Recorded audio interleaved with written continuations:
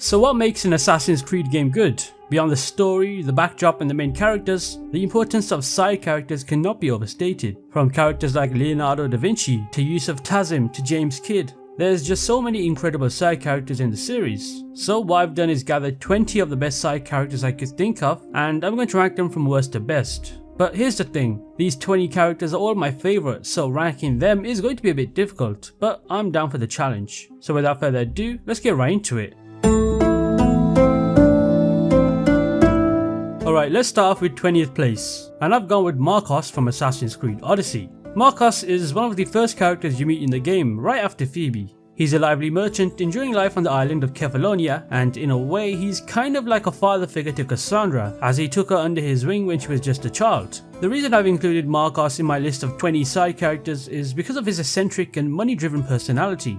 He's a wine-loving and humorous guy who often finds himself in trouble due to his quick money schemes, causing headaches with the island locals and even the big boss, the Cyclops. Marcos has this mobster-like gangster vibe, but underneath it all, he has a soft side. He's always on the lookout for the next big opportunity to strike it rich, and that's what makes him an interesting character. Even his questline was a lot of fun. You know, I've said in previous videos on this channel that imagine if Marcos was the leader of the Order of Ancients. Now to me, that would have made the story of Odyssey's Order of Ancients 100 times better. What many people might not know is that Marcos is not just a character confined to Kefalonia. You can actually find him on the island of Kos, where there's a whole side quest involving him, which I found quite enjoyable. I cannot rank Marcos any higher in this list because he's not a central character who sticks around for the entire game, so he lands at the 20th spot, which is not bad at all. There's just 19 side characters that I prefer over him.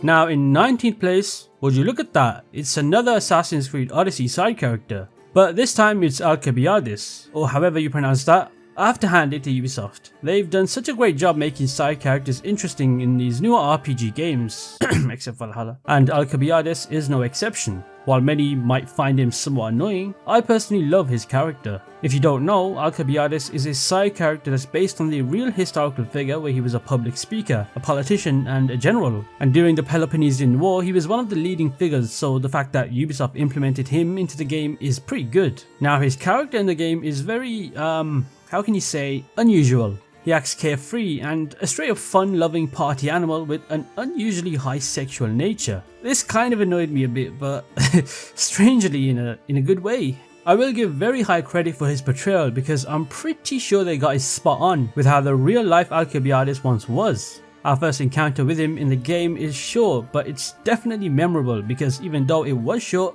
his entire personality is shown just from that encounter. He's a pretty sly character, totally ignoring the rules and basically everything else, and the game really shines a light on that. We don't often see characters like this in the series, so it's definitely different than what we come to expect.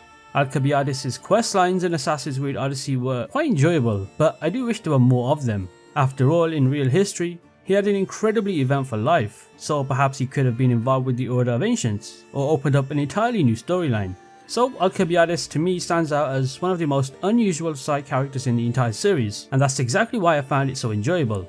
Oh, and now that I think about it, doesn't he remind you of Prince Charming from Shrek? He certainly gave me that vibe. Okay, for my 18th favourite, I've decided to venture into the modern day of Assassin's Creed, and there are a few side characters in the modern day that are fairly interesting. Lucy Stillman is one of those characters. We meet Lucy Stillman in Assassin's Creed 1 and her story lasts all the way until Assassin's Creed Brotherhood. At first, Lucy is just a character that rescued Desmond from Abstergo and moved him to a hideout where he joined his fellow assassins Sean and Rebecca. If you were paying attention to the modern day of the earlier Assassin's Creed games, you could tell there was a relationship starting to form between Desmond and Lucy, and I was pretty invested in it, I'm not gonna lie. That was until she got killed off in Assassin's Creed Brotherhood because of a quote-unquote true allegiance to the Templars. It still is to this day one of the biggest shocks of the entire series, and nobody expected it, but still it happened. As a character, Lucy was interesting, even though her true loyalty was with the Templars. She seemed to genuinely care for and show compassion to her team, and her lingering remorse regarding Clay continued to affect her until her actual death in Brotherhood. Her emotions towards Desmond seemed authentic, to the extent that Warren Vidic felt the need to caution her to not let them interfere with their objective. It's just a shame that she had to be killed off. Oh, and here's something for you to think about. Lucy used the password Juno57 for her email account, and this later turned out to be a bit of foreshadowing, as it was Juno who ultimately compelled Desmond to kill her. So yeah, now that you know that completely irrelevant fact, Lucy Stillman for me is at 18th. I should note that later on in this video there's another modern day side character that I've included in this video. I'm sure you could tell who that is. Spoiler alert, it's not Rebecca Crane. Now let's get back to the world of assassins. In 17th place, I've gone with La Volpe, the mysterious man in Renaissance Italy. Now personally, I found La Volpe's character to be on the more unusual side. My opinions of him changed quite a lot after learning about the whole La Volpe eyes thing. If you don't know what I'm referring to, there's apparently some rumours that La Volpe is a superhuman. In 1467, there were reports of him being spotted on the rooftops of the Palazzo della Signoria, the Palazzo Medici and the Basilica di Santa Croce, all at the same time in Florence during the same night. Rumours even suggested that he had immortality and that his purple violet eyes had the ability to see through solid structures. I've talked more about this in my iceberg video if you want to check that out. Anyway, when it comes to La Volpe during the actual games, he's a side character that I really enjoyed every time he appeared on the screen. He was unusually agile and always arrived at destinations before Ezio did, despite being considerably older. He was quite literally the definition of an assassin, hidden in plain sight, all whilst being incredibly stealthy at the same time. La Volpe was a side character that was always cautious, which is what I like about him. Throughout the story of Assassin's Creed Brotherhood, he had immediate suspicions of Niccolo Machiavelli when he began to act a bit sus, and he always trusted Ezio.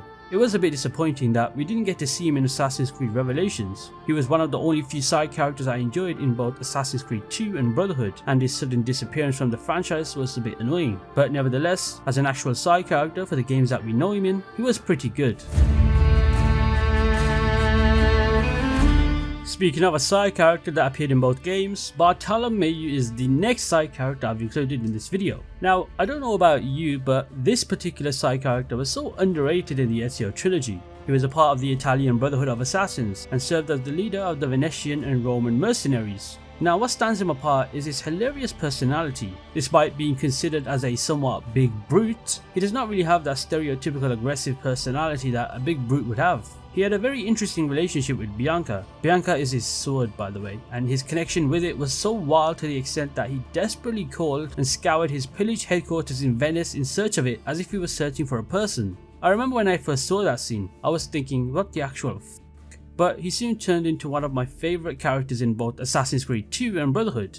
He always had one of those one-liners that makes him amusing, and you could tell he wasn't the smartest of people. Now, circling back to Bartolomeu's sword Bianca, I can't help but feel like there's a missed opportunity when it comes to including it as a collectible in later games of the series. It would have been especially cool to find it as a collectible in Revelations. Perhaps it could have made its way to Paris and been discovered by Arno. Alternatively, Edward could have purchased it, and the Fry twins might have stumbled upon it in his mansion in London. The fact that such a memorable weapon and moment from the Ezio games was never made available as a collectible kind of surprises me a bit.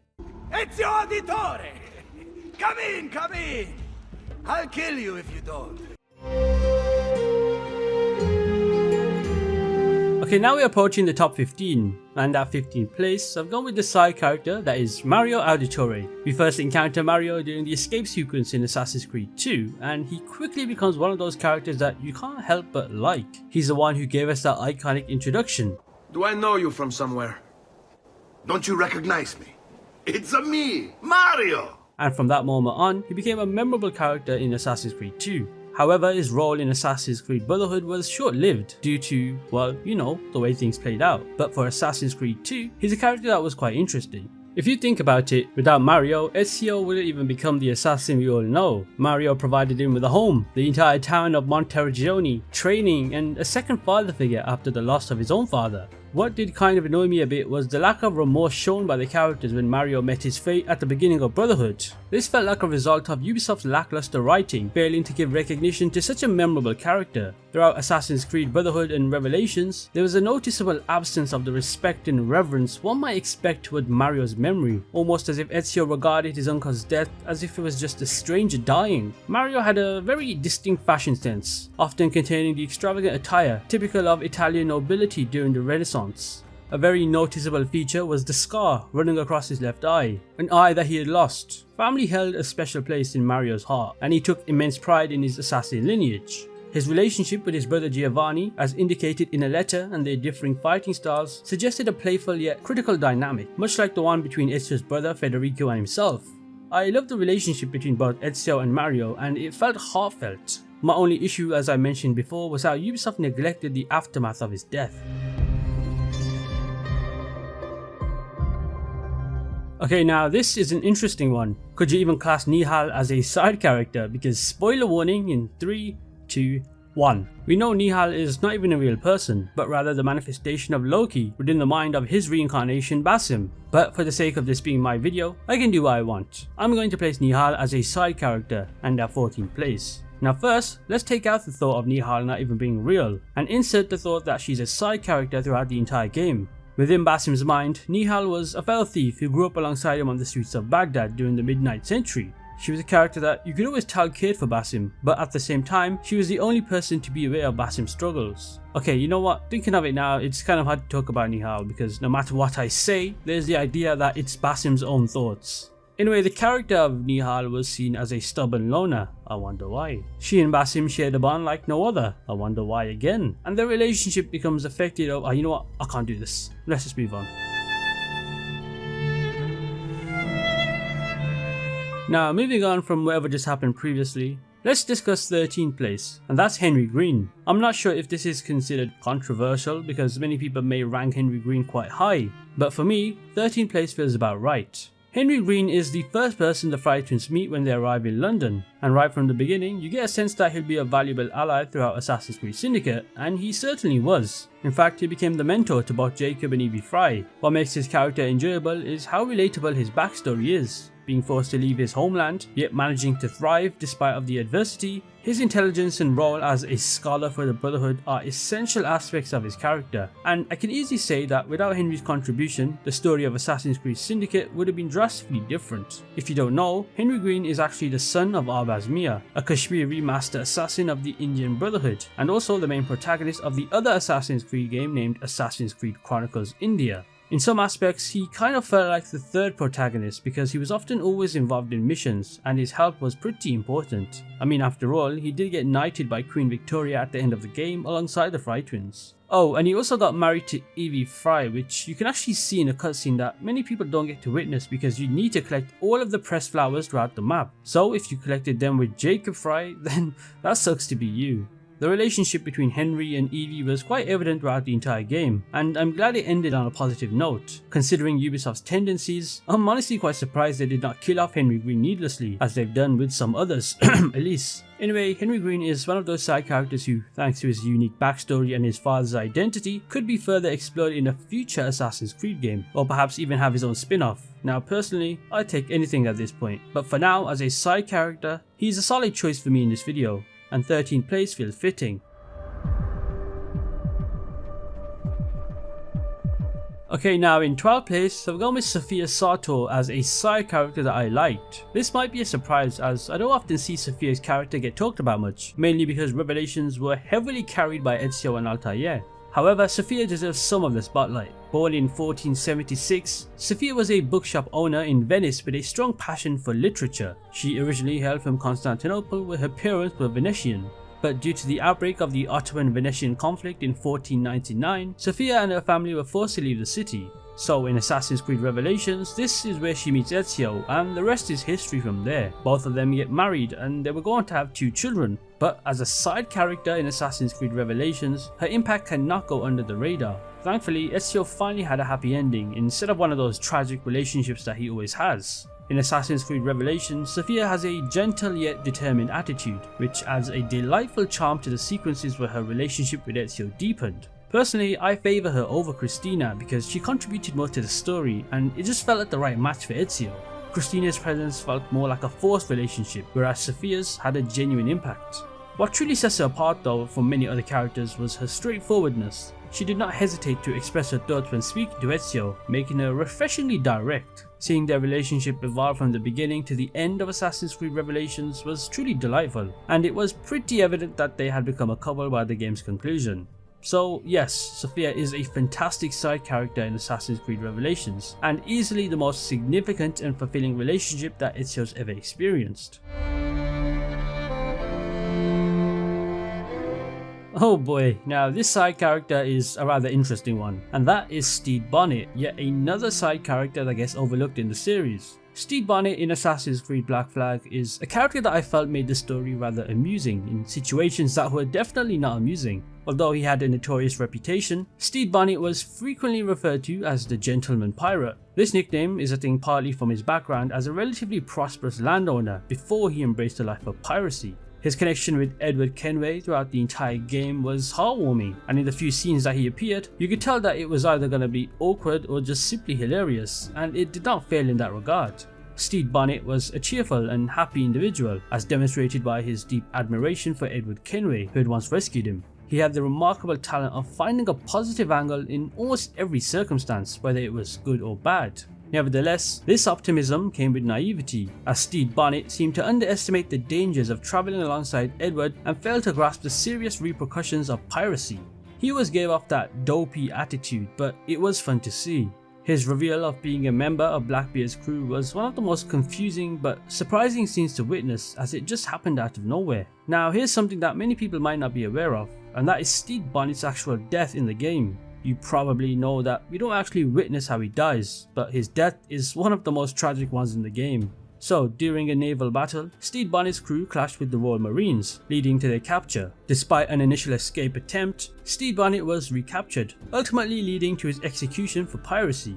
According to the game's lore, those who witnessed the execution said that Stede Bonnet's face was filled with tears, and in the final moments before the execution, it was described as genuinely heartfelt, even bringing some other people to tears. So it's a shame that Ubisoft did not provide us with a proper cutscene for Stede Bonnet.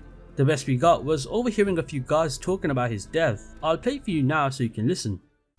Maybe he has friends looking out for him. Or money, like Stede Bonnet from Barbados. No, they hanged him too. Did they? Aye. Blubbering and bawling. He collapsed at the gallows. Weeping like a little lamb. Serves the bastard.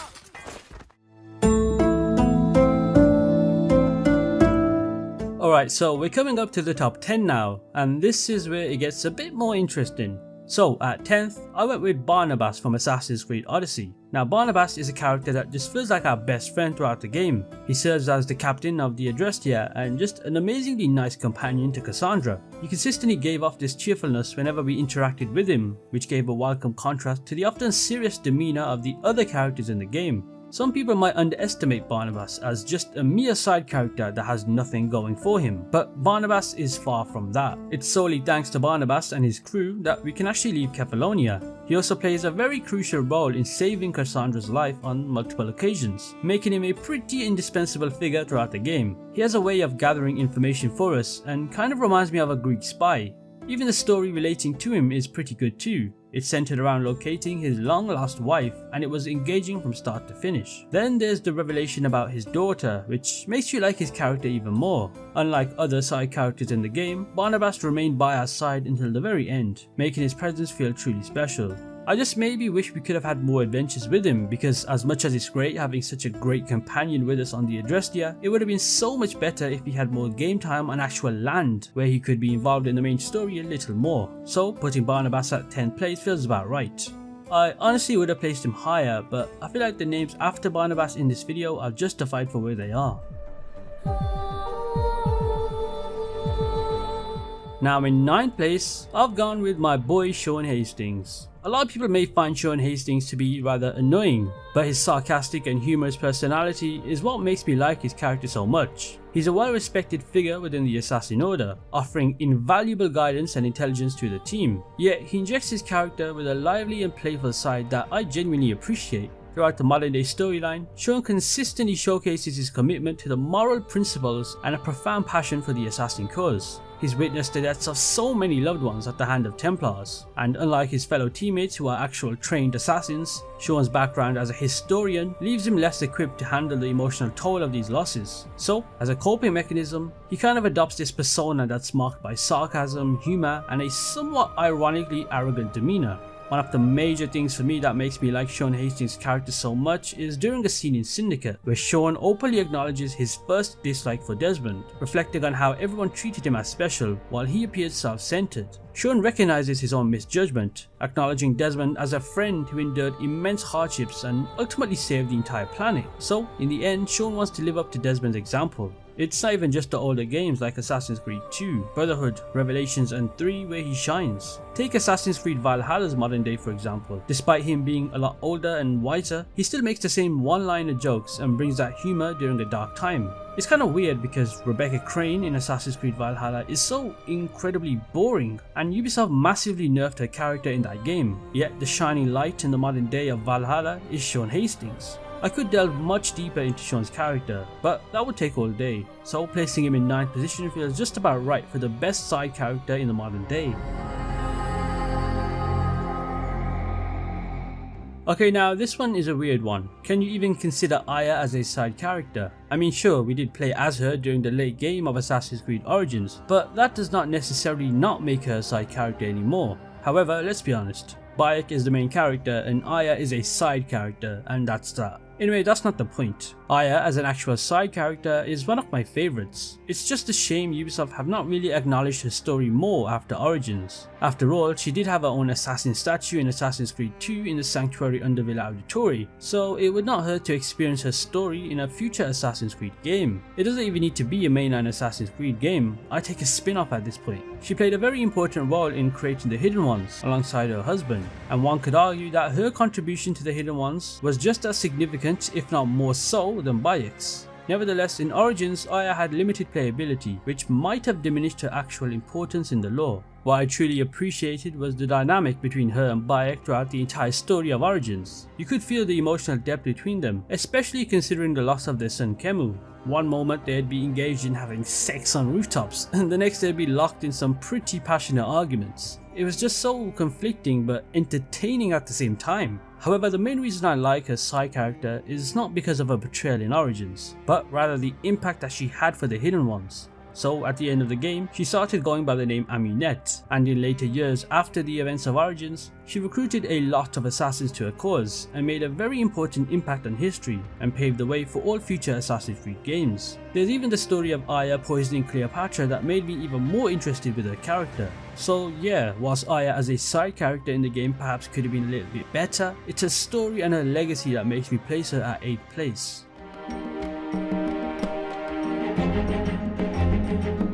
Next up after Aya, I've gone with Adewale in 7th place. Born in 1692, Adewale was once a slave who became a pirate in the West Indies and then later joined the Assassin Brotherhood. He quickly became one of my favourite side characters in Assassin's Creed Black Flag, and yes, I am aware that he got his own game with Freedom Cry, but for this video, I'm focusing on the side characters, and during Assassin's Creed Black Flag, he was just a side character. Adewale was Edward Kenway's first quartermaster on the Jackdaw. Right from the start of the game, he had Edward's back, as they both helped each other escape from a slave trader's ship.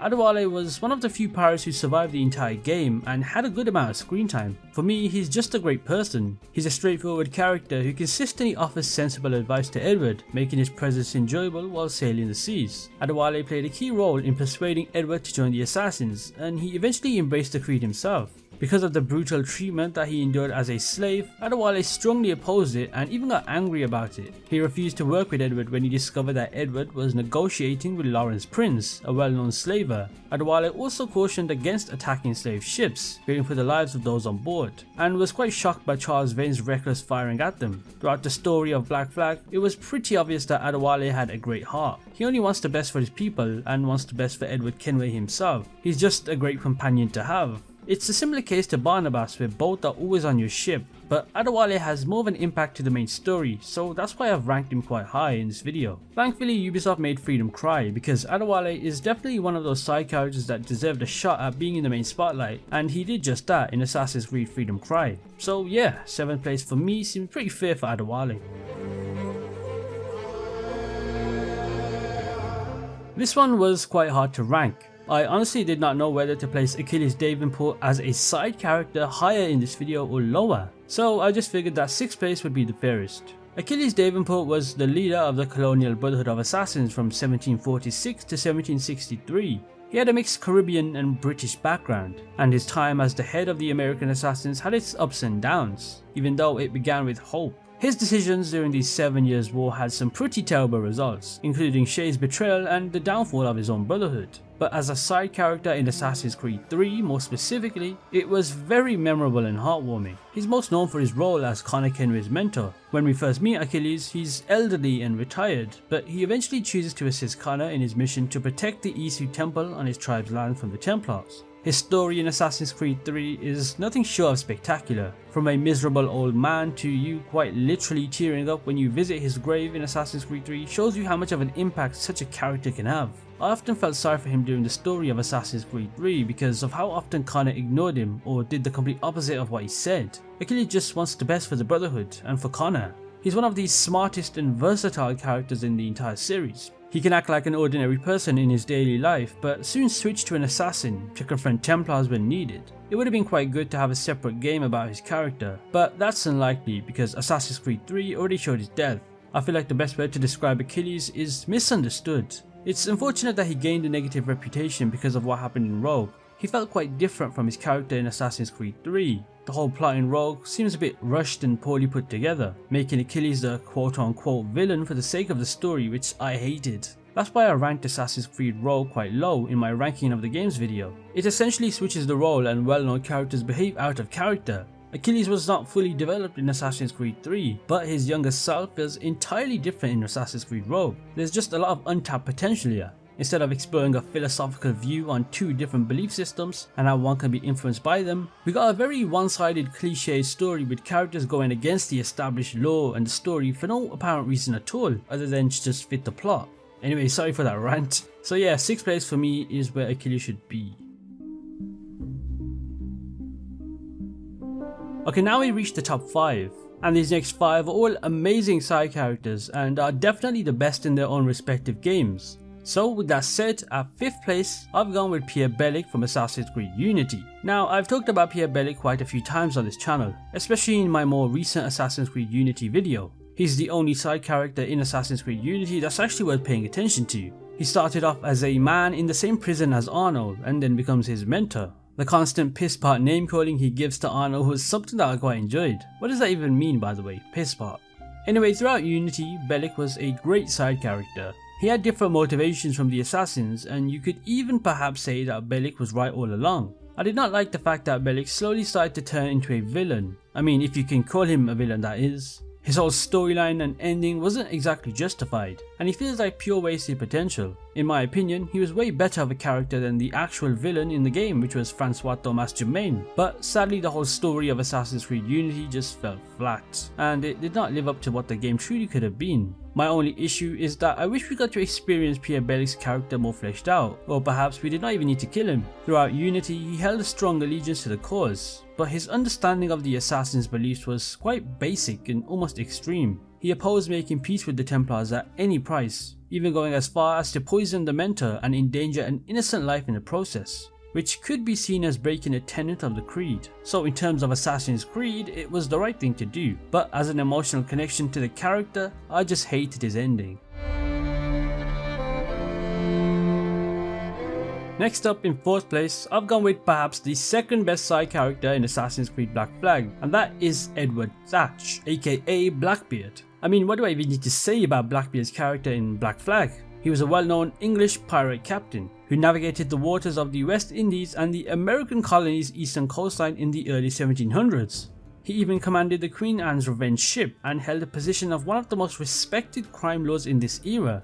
Throughout the story of Black Flag, his character brought such an excitement to the screen with how unpredictable and rebellious he was. He was a side character that always got me excited whenever his presence graced the screen. He did have that weird ass looking firework lit up beard thing or whatever that was, and it always looked like he was about to end somebody's life.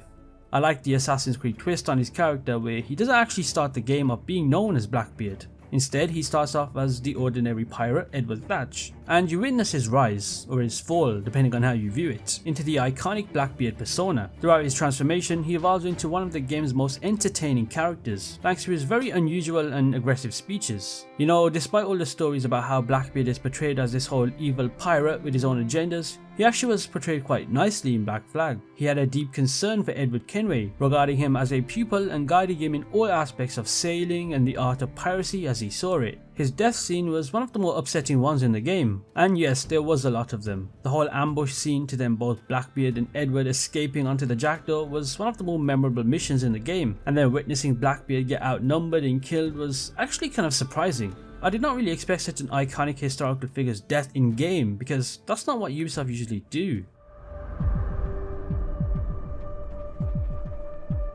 Here we are with the top 3 side characters in the entire series, and I'll admit it, these next 3 could genuinely all interchange with each other because that's how good each one is. For this one, I've gone with Yusuf Yazim. I could have easily placed him first, but sadly one of the top 3 has to be third. And that is where Yusuf Yazim is for me. He was the leader of the Ottoman Brotherhood of Assassins that operated in Constantinople, and his side character in Assassin's Creed Revelations was nothing short of memorable. By the time Ezio arrived in Constantinople, the assassins had gained a lot of control over the city, largely thanks to Yusuf's charismatic and cunning leadership. As he shows Ezio around the city, it becomes evident that Yusuf had a solid understanding of what it meant to be an assassin, and quite frankly, what it meant to be a good human being. He showed Ezio everything, the right contacts, the right locations, and the necessary tools, including that iconic hook blade line. The standard Ottoman hook blade has 2 parts, you see. The hook and the blade. So you can use one or the other. An elegant design.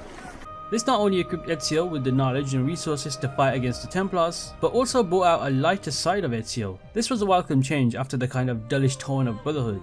It was refreshing to see Ezio return to his more cheerful self, even if those moments were fleeting and scattered throughout the missions. Listening to both Yusuf Yazim and Ezio exchange jokes and poke fun at the Templars was a much needed contrast in Revelations. Of course, let's not confuse Yusuf Yazim's cheerful nature with naivety. He fully understood the gravity of the situation and did whatever it took to protect his loved ones. Assassin's Creed Revelations is a game that kind of revolves around character reflections. Prince Suleiman mirrors a young Ezio from Assassin's Creed 2, while Yusuf Yazim embodies the best version of Ezio from Assassin's Creed Brotherhood. His death in the game was pretty sad too. He was given the task of protecting Sofia until Ezio returned, however he sadly got stabbed in the back and was killed off. He died protecting Ezio's future wife. How tragic is that?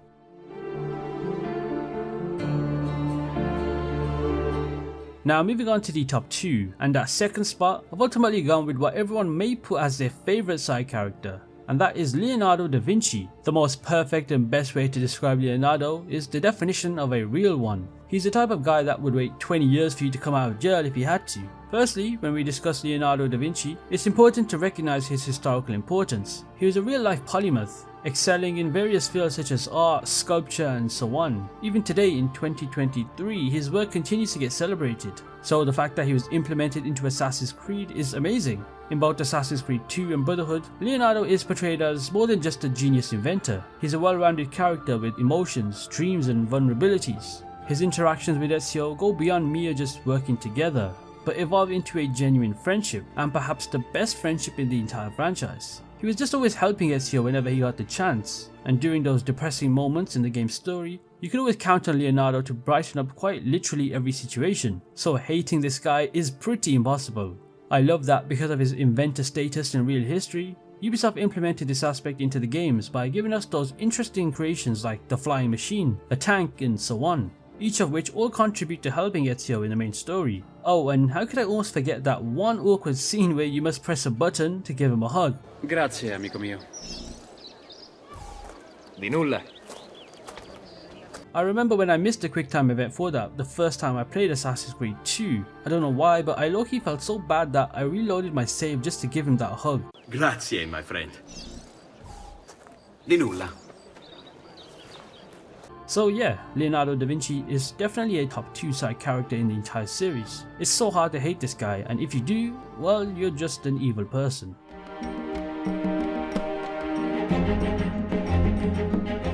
Okay, here we are. My personal number 1 spot as my favourite side character in the entire series, and that belongs to James Kidd from Assassin's Creed Black Flag. So James Kidd, or Mary Read, was an English pirate that plays such an important role in the story of Black Flag as a member of the West Indies Brotherhood of Assassins. Her side character was so mysterious throughout the game since the very beginning when you meet her.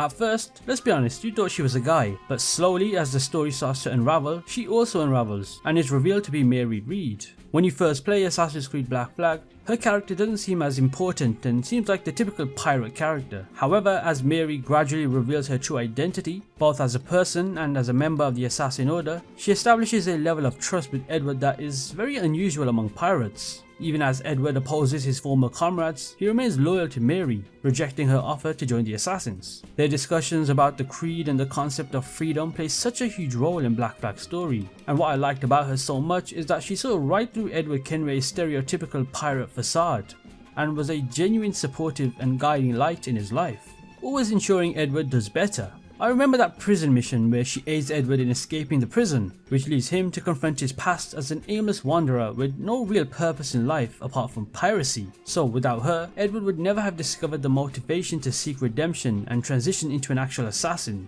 Her death was one of the most saddest ones in the entire series, and it served as a turning point for Edward's direction in life. This understanding is not just for his own benefit, but also as a tribute to her legacy. You can literally see the moment that she passes away, and the game shifts to Edward's face so very upset, and you could tell it's hurting him inside. So yeah, James Kidd or Mary Reed is easily my favourite side character in the entire series. So there you have it, that is my top 20 ranking of my personal favourite side characters. I know I've missed out on a few, but the ones I did miss out on are ones that I would not consider top 20, so that's why they're not in this video. Take Sigurd for example. If I had a choice, I'd place him at number 500 because he's so incredibly boring, and that is not how a side character should be portrayed. Anyway, who's your favourite side character in the series? Let me know in the comments below. And if you did enjoy this video, be sure to hit that subscribe button. And with that said, I'll see you in the next one.